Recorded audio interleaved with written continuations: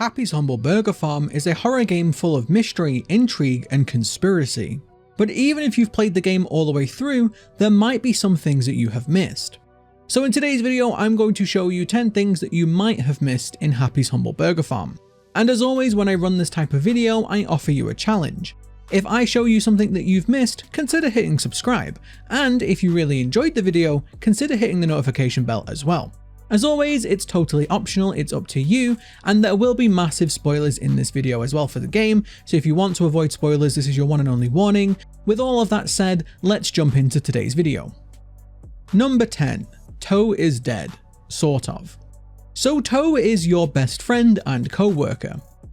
Communication isn't his strong point, and well, neither is working at the restaurant either. He's a very interesting and unique character, and he also has a very eccentric side. But in the later stages of the game, we actually find out a lot about Toe, which is kind of heartbreaking. But what you might not have known is that all of this was foreshadowed right at the beginning of the game. If you look at Toe's door in your apartment building, he has a very cheeky reference written on it. His door says, "Don't open, sleep inside." Or possibly, "Don't sleep, open inside." This is a very cheeky reference to episode 1 of The Walking Dead. When Rick wakes up, he sees this door which says "Don't open, dead inside," which many fans jokingly said look like "Don't dead, open inside." This was a very iconic part of season 1 and quickly became a meme among fans. But this might be more than just a throwaway Easter egg. Later on in the game, we actually find out that Toe is essentially brain dead. He has the same mind control chip that you have, but he's had it for much longer and it's actually caused him brain damage. Well, they explain that it's caused his brain to accelerate aging and he now has the brain of an 87-year-old rather than the brain of a much younger man that he is. One of the scientists thinks that this could be reversible, but at the moment, Toe is essentially in a brain dead state. He can't talk, he can't really work now either, and he does have this very eccentric side to him. So this reference might have been just more than a throwaway reference, it could actually be a foreshadow that inside that room is a brain dead man. Which you might only know this reference if you know The Walking Dead, which he's also kind of like The Walking Dead. He's walking around, but he's not really doing much else. He's essentially a zombie. Creepy foreshadowing, am I right? But this metaphor goes even further than that. If you think about it, this entire thing is a simulation. And we know that Obscura or Paragon, whichever you want to call them, aren't above throwing people in here that they want to get rid of. In fact, that's the entire reason why you were thrown here in the first place, was because you were getting a little bit too close to their secrets. And so they threw you in here to get rid of you, to disappear you, if you will. It's also explained later that people that enter these simulations basically never leave, and to the outside world they are considered missing. But when somebody's missing for long enough, eventually they are presumed dead. So inside this room is a man who's in a brain dead state, kind of like a zombie, and he's also, to the outside world, missing, presumed dead. This cheeky reference was foreshadowing that from the very beginning. Number 9. The radio room. Now, if you're an explorer in video games, you've probably found this one, but I bet you there are some people watching this video that have played the game and didn't find it. This is a room that is only accessible during the later parts of the game once you've used the helmet, and the simulation starts to fail. This apartment block is essentially a TV studio. We see a number of rooms that look like TV sets, one has a green screen, one is a music room, but one room that is tucked a little bit further away is this radio room. This room is presumably where the radio signal in the simulation stems from, and it has a number of switches that you can press, each one of these having its own voice line.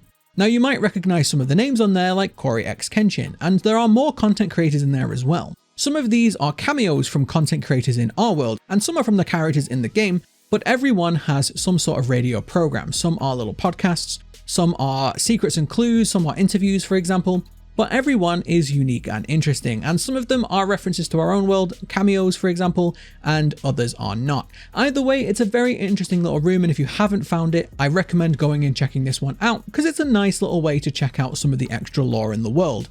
Just be careful because there are 2 of the exploding enemies in this room, so if you're not careful, they will sneak up on you and they will explode on you.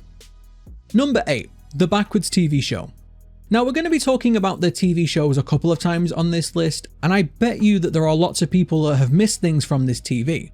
I actually spent about 3 hours watching the TV, recording it for this video, and I still don't think I've seen everything. It seems to be in a very random order, and some things have higher chances of being shown than others. It's very tricky to sort of see everything. But one of the TV shows that really stood out to me was the newscaster rat. He's very creepy but cute at the same time, which is always one of my favorite things. But in one of the very first times I saw him, he had this little segment where he talked about compliance. Again, not going to go into it too deeply, but this game has a lot of conspiracy theories involved in there, and we know that Paragon or Obscura are very interested in controlling people. So this is not really out of the ordinary. But after talking for a little while, he then starts to speak in complete gibberish, which some of the keen-eared among you might instantly recognize as backwards speech. But upon reversing the audio, I actually found that the audio was the same as the forward audio, just in reverse. It's probably easier if I show you this one. Obscura Family Programming is brought to you by the letter C, which stands for compliance. C-O-M-P-L-I-A-N-C-E. Compliance. Compliance is happiness.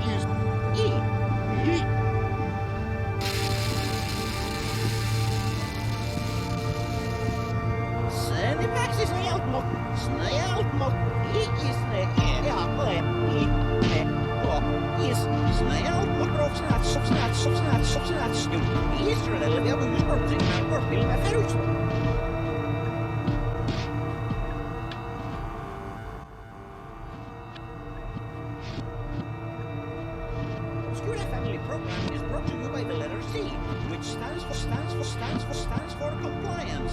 C-O-M-P-L-I-A-N-C-E. Compliance. Compliance is happiness.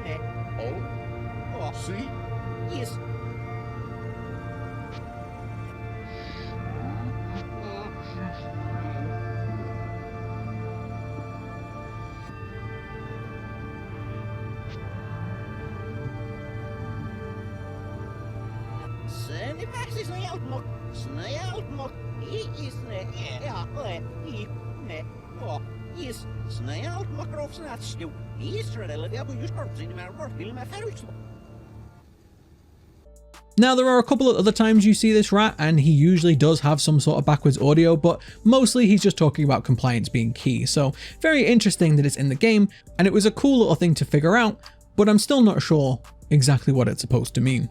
Speaking of the TV though, leads me on to number 7. Number 7, the Cursed TV show. Now, if you've watched my previous videos, you'll probably know that I'm a huge fan of things I call cursed things that are creepy and don't really seem to have a reason or a meaning. For example, the cursed Hoggy Woggy in Poppy Playtime was a really cool spot and I really enjoyed that. But in Happy's Humble Burger Farm, we have this cursed TV show. Pretty much every TV show in the game seems to have some sort of metaphor, message, or meaning. It has something to talk about. Usually something that references the game, foreshadows something in the game, or has a theme that is relevant to the game. Usually the themes of conspiracy and public control and things like that. But there is one TV advert that has seemingly no point to it, and this is the most creepy one of all that I've seen so far anyway. This one is just essentially a number of random scenes. It seems to have things like a man blowing leaves, and the next thing it's just a crane. None of it seems to make any sense. And on top of that, it all seems to bleed into each other in this really, really cool artistic way, but also very, very creepy. Now, partway through this advert, we'll see this face crop up, this face that looks directly at you and smiles. Now, again, this doesn't seem to have any sort of meaning, but the fact that we know this is all a simulation could be a hint that somebody is watching you the whole time. It's very difficult to know exactly what's real and what's not. We know that this entire city is essentially one giant prop, and the implant in your head is making it appear to be more real than it is. With all that being said though, we don't know exactly how much is real, especially considering that at parts throughout the game, you can actually hear the outside world. For example, when you're in the tutorial, you can hear the heartbeat monitor, which is hinting to me that you were asleep or under anesthetic at this time. So with all that being said, it's entirely possible that somebody from the real world is watching you this entire time, and this is what we're seeing on the TV, which would be even creepier considering that we don't know that they're watching us. Number 6, references to the first game. Now you might not know that this game is actually a sequel. I didn't know this until I finished it and I did a little bit of research for this video. But there are actually 2 games in this series. This game is Happy's Humble Burger Farm, but the original game was Happy's Humble Burger Barn, which is a game you can find on itch.io. If I remember, I'll leave a link in the description below. But what's really interesting about this is that both games actually tie in together with a story. This really is a sequel, and you don't actually know everything unless you've played the first game, which I now have. But one thing that is really cool is that there is the entire restaurant from the first game in this one. At one point we go through this restaurant that looks like an older version or a prototype. We only go through here once during the game, and it seems to be almost like a throwaway reference, but it is actually the entire restaurant from the first game, which absolutely confirms that the 2 games are in the same universe, they are connected, and the storylines absolutely do merge. So I'm guessing that quite a lot of you didn't know this one because you might not have played the first game, so I'm going to allow you to skip this one in the challenge, but still, it was really cool and I wanted to add it to the list. But that also leads me very nicely into my next point. Number 5, the Scythe Shared Universe. So the developers of this game are the Scythe dev team, and they've actually made a number of games, mainly being released on itch.io. A number of these games, however, actually form what they call the Scythe Shared Universe. So we have the Happy's Humble Burger arc, which is the 2 games I've just talked about, but then we also have a number of other games that are called the Northbury Grove Massacre arc. Now, full disclosure, I haven't played these yet, but I'm really excited to play them with how I've enjoyed these 2 games, and they're absolutely on my list of games to be played. But just looking at the marketing material of them shows just how many ties there are to Happy's Humble Burger Farm. For example, the second game in the Northbury Grove Massacre arc is called King's Comfort, which we know is a company inside Happy's Humble Burger Farm. In fact, it is the company that owns the suite of apartments that you live in.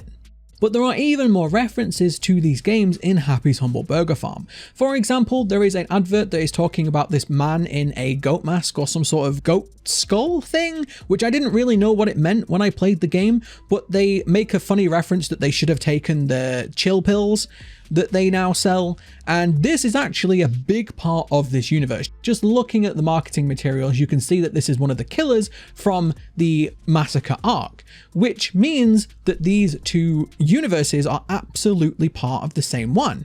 And the Scythe Shared Universe, which this all takes place on planet Scythe with the Scythian government, is all just one big Scythian conspiracy. And I need to play the other games to fully understand this, but the fact that this game has many references to the other games is really cool in my book. Number 4, Dr. Grimm's photo. So the entire game is part of this giant conspiracy, which is run by a company called Obscura, which used to be a company called Paragon. This entire thing is a very complicated conspiracy. There's lots of things in there that could be true, might not be true. There's a lot of misinformation, lots of things to sort of dig through, but just know that this entire simulation is all part of Obscura's evil genius plans. And Obscura is headed by Dr. Grimm. He is the mastermind behind this entire thing, even though not everybody in the company 100% agrees with him, as we find out in many of the scientist logs. Dr. Grimm is featured in both Happy's Humble Burger Barn and Farm, and he looks basically like the typical Bioshock looking villain. But something that's really interesting about him is that you actually find a photo of him in your apartment from the very beginning of the game. I guess if you'd played the first game, you might have recognized him, which I hadn't on my first playthrough, but he's always sat there watching. It's very interesting that we would have a picture of him, and again that we know this is an entire simulation. This is our apartment, but it wasn't set up by us, it was set up by somebody else.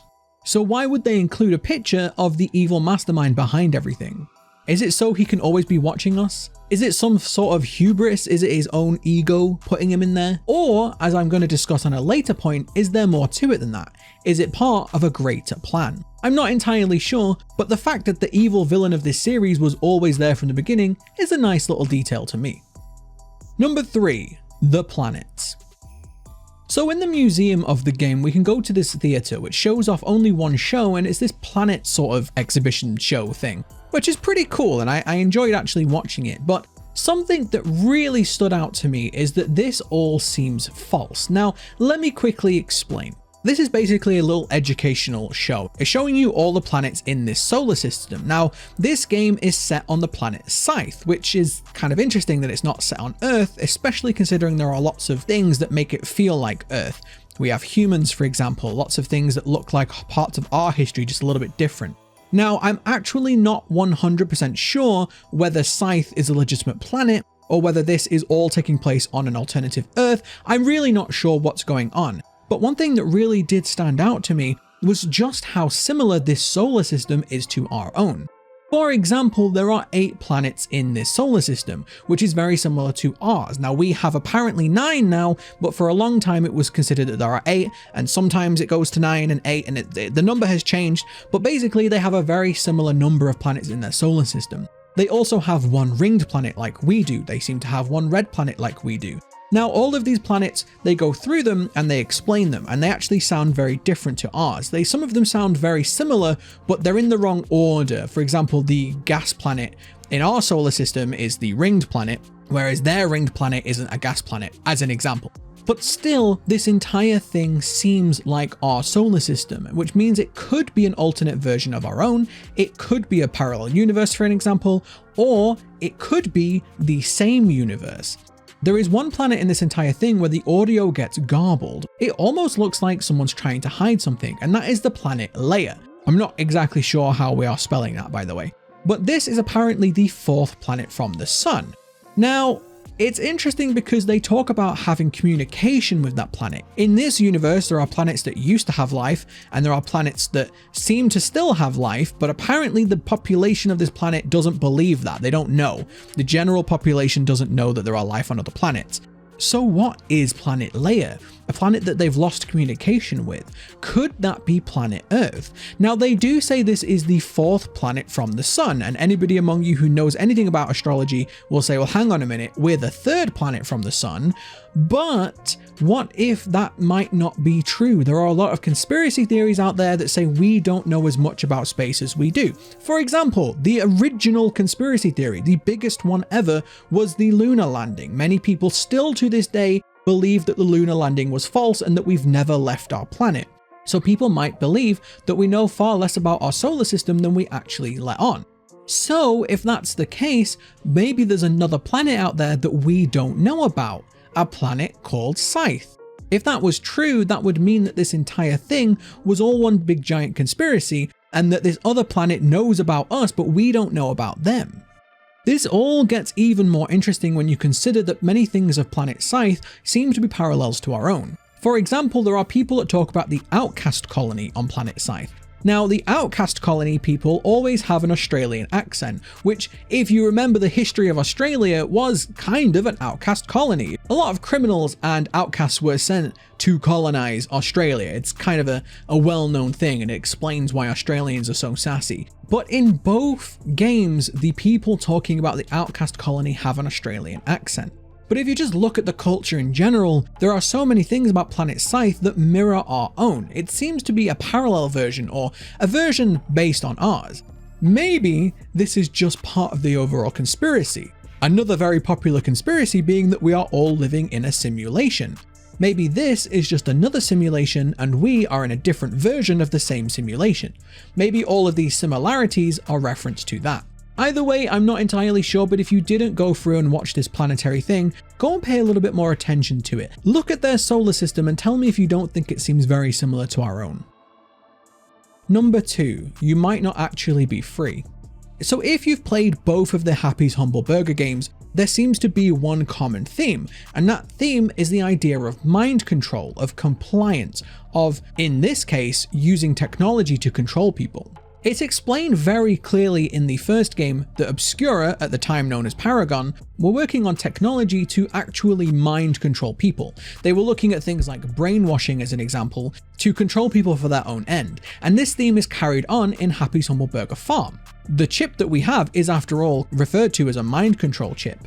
But what's really interesting about this is in the first game, they talk about sleeper cells, or mind control of people that isn't always on. They explain that having somebody mind control 24/7 is actually really inefficient for what they want. What they really want is people that have very subtle mind control that can be activated with a trigger word. This is very out of science fiction, especially if you think about things like Black Widow, for an example, all had this kind of idea in them.